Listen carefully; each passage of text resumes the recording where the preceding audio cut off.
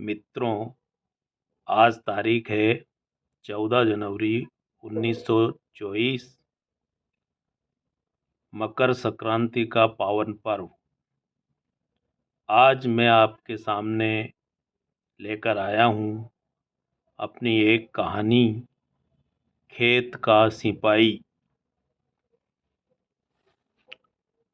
रात गहरा गई। ठंड बढ़ने के साथ साथ ठंडी हवाएं भी तेज हो गई। सर्दी के मारे गांव के गलियारों में चमक रहे बिजली के बल्ब भी कांपने लगे। कुत्ते बिल्लियां इधर उधर अपने अपने दड़बों में जा दुबके। चारों तरफ सन्नाटा छा गया। रोटी खाते ही कंवरलाल ठंड से कांपने लगा। वह चूल्हे के आगे आ बैठा और तापने लगा। रोटियां बन गई तो राम सुखी ने भगोने में दूध डालकर चाय चढ़ा दी। रोटी खाकर नन्हा सा बेटा भवाना गोदड़ी में घुस गया और बड़ी बेटी परवंती आंगन में बर्तन मांजने लगी। चूल्हे पर से भगोनी उतारकर रामसुखी चाय कपों में छानने लगी। ठंड में ठिठुरती हुई बेटी को बर्तन मांजते हुए देखकर कंवरलाल का स्नेह उमड़ पड़ा। आ बेटी, चाय पी ले। दिन भर काम करते करते थक गई होगी तू। आप पीजिए बाबा, 2-4 बर्तन और बचे हैं। मैं इन्हें भी मांज कर अभी आती हूँ। चाय पीकर कंवरलाल खड़ा हो गया। बाहर निकलकर उसने पोर में बंधे हुए बैलों को चारा पानी दिया। फिर अपने दुबले पतले बदन पर चादर लपेटते हुए वह बोला, पिछले 3-4 दिनों से लगातार शीत लहर चल रही है रामसुखी, जिसके कारण ठंड बहुत बढ़ गई है। हाँ देखो न, सर्र सर्र करती हुई कैसी ठंडी हवा बह रही है। खेत पर तो और अधिक हवा लगेगी। आप अपना ख्याल रखना। मुझे मेरी चिंता नहीं है रामसुखी। मुझे तो अपने खेत में खड़े हुए धनिये की चिंता है। यह शीतलहर धनिये को जलाकर नष्ट कर सकती है। हमारी कठोर मेहनत पर पानी फेर सकती है। कंवरलाल ने पैरों में जूते पहने और कोने में खड़ी लाठी को हाथ में उठा लिया। तभी परवंती चूल्हे में से एक बीड़ी सुलगा लाई। बेटी के हाथ में से बीड़ी पकड़कर कंवरलाल ने एक कश खींचा और घर से बाहर निकल गया। रामसुखी ने घर का दरवाज़ा बंद करके अंदर से सांकल चढ़ा ली। घर से बाहर निकलते ही कंवरलाल तेज कदमों से खेत की ओर चल पड़ा। रात के सन्नाटे में लाठी को जमीन पर पटकते हुए वह खेत के सिपाही की तरह आगे कदम बढ़ाने लगा। दिन भर वह बैलगाड़ी, हल व कुरी के साथ खेत पर हाड़ तोड़ मेहनत करता था और रात भर अपनी फसल को चोरों व जंगली जानवरों से बचाने के लिए खेत पर पहरा लगाता था। यह 7 फीट की लाठी उसका एकमात्र ऐसा हथियार थी जिसके बल पर वह चोर डाकुओं, जंगली जानवरों और भूत प्रेतों से भी मुकाबला करने की हिम्मत रखता था। इस वर्ष उसके सिर पर अधिक कर्जा चढ़ गया था और कंधों पर एक भारी जिम्मेदारी भी थी। अधिक बारिश होने के कारण सोयाबीन की फसल गल गई थी। बीज की कीमत भी नहीं निकल पाई थी। बैसाख के महीने में बेटी परवंती का विवाह भी निश्चित हो गया है। इस बड़ी जिम्मेदारी को निभाने के लिए उसने हिम्मत का काम किया था। सोयाबीन को हाँक कर अपने पूरे 5 बीघा खेत में उसने धनिये की फसल बो दी थी, जो कि बड़ी जोखिम भरी खेती मानी जाती है। धनिये को पानी देने का समय आया तो पुराना इंजन खराब हो गया था और तुरंत में उसे उधार खाते में नया इंजन खरीदना पड़ा था। इन्हीं विचारों में डूबा हुआ कंवरलाल थोड़ी ही देर में खेत पर पहुंच गया। पूर्णिमा का चांद सिर पर चढ़ आया था। दूधिया चांदनी में सफ़ेद फूलों की चादर से ढके हुए धनियों के खेत को देखकर उसका मन गदगद हो गया। फेरा लगाने के लिए वह खेत की मेड़ पर चल पड़ा। हवा के साथ धनिये की मधुर सोरम उसके नथुनों में समाने लगी। चांदनी रात में लहलाते हुए धनिये को देखकर उसका मन प्रफुल्लित हो उठा। ईश्वर ने चाहा तो ये धनिया इस बार उसकी सारी परेशानियों को दूर कर देगा। मेड़ पर एक जगह खड़ा होकर वह धनिये के पौधों पर स्नेह से हाथ फेरने लगा। तभी ठंडी हवा के झोंकों ने उसे चिंतित कर दिया। सतर्क होकर उसने खेत का एक चक्कर पूरा किया।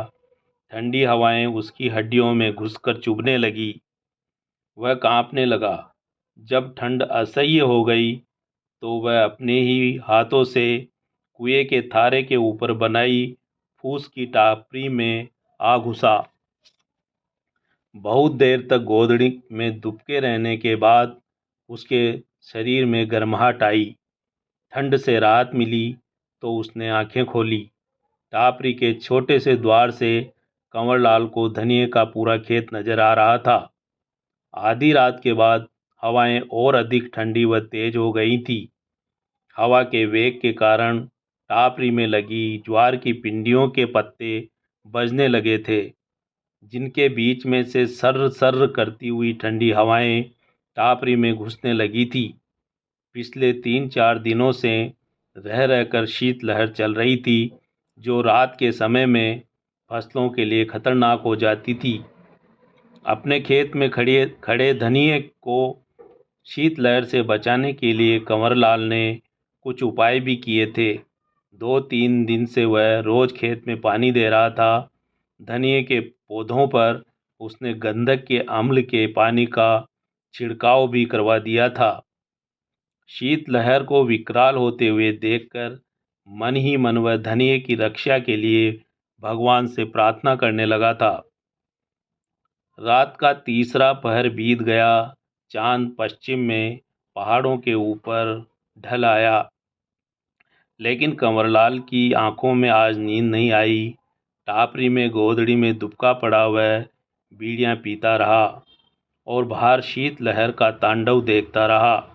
चोर डाकुओं और जंगली जानवरों से वह धनिये की रक्षा कर सकता था, परंतु इस प्राकृतिक आपदा से वह फसल को कैसे बचाए। अपने दिमाग पर जोर देकर वह सोचने लगा। सहसा एक उपाय उसके मस्तिष्क में कौंध गया। दूसरे ही क्षण लाठी पकड़कर वह उठ खड़ा हुआ। फूस की टापरी से बाहर निकलकर वह खेत की मेड़ पर आ खड़ा हुआ। ठंडी हवाएं उसकी हड्डियों में शूल की तरह चुभने लगी। हवाओं की दिशा में लाठी उठाकर वह जोर से चीखा, हे पवन देवता, आप शांत हो जाइए या फिर मेरी लाठी का मुकाबला करने के लिए तैयार हो जाइए। और वह तेजी के साथ हवा में लाठी चलाने लगा। वह थककर चूर हो गया, परंतु हवाओं का वेग नहीं थमा। निढाल होकर कंवरलाल ने लाठी को एक तरफ पटक दिया। थोड़ी देर तक खेत की मेड़ पर बैठे रहने के बाद कंवरलाल के दिमाग में एक उपाय और आ गया। वह फुर्ती के साथ उठा और इधर उधर से सूखी लकड़ियां व घास फूस लाकर मेड़ पर इकट्ठा करने लगा। थोड़ी ही देर में वहां ढेर लग गया। जेब में से उसने माचिस निकाली और घास फूस के ढेर में आग लगा दी। दूसरे ही क्षण आग की लपटें जल उठी और गर्म धुआं धनिये के पौधों पर फैलने लगा। कंवरलाल के ठिठुरते हुए शरीर में भी गर्मी आ गई तो उसने राहत की सांस ली, लेकिन थोड़ी ही देर में आग की लपटें शांत हो गई। शीतलहर फिर अपना असर दिखाने लगी। ठंड बर्दाश्त से बाहर होने लगी तो कंवरलाल फिर टापरी में आ गया। उसने गोदड़ी ओढ़कर आंखें मूंद ली। पक्षियों की चहचहाहट सुनकर अचानक कंवरलाल की नींद खुली। सवेरा हो गया था। बाहर उजाला फैल गया था। सर्द हवाओं की सरसराहट थम गई थी। गोदड़ी में से बाहर निकलकर वह खड़ा हो गया। फिर चादर बदन पर लपेटकर टापरी में से बाहर निकला और जैसे ही कंवरलाल की नज़रें खेत पर पड़ी, उसका दिल धक से रह गया। धनिये के पौधे काले पड़ गए थे और उनके ऊपर खिले हुए सफ़ेद रंग के फूल मुरझा कर लटक गए थे। शीतलहर ने धनिये की फसल को जलाकर नष्ट कर दिया था। उसकी 4 महीने की कठोर मेहनत पर पानी फेर दिया था।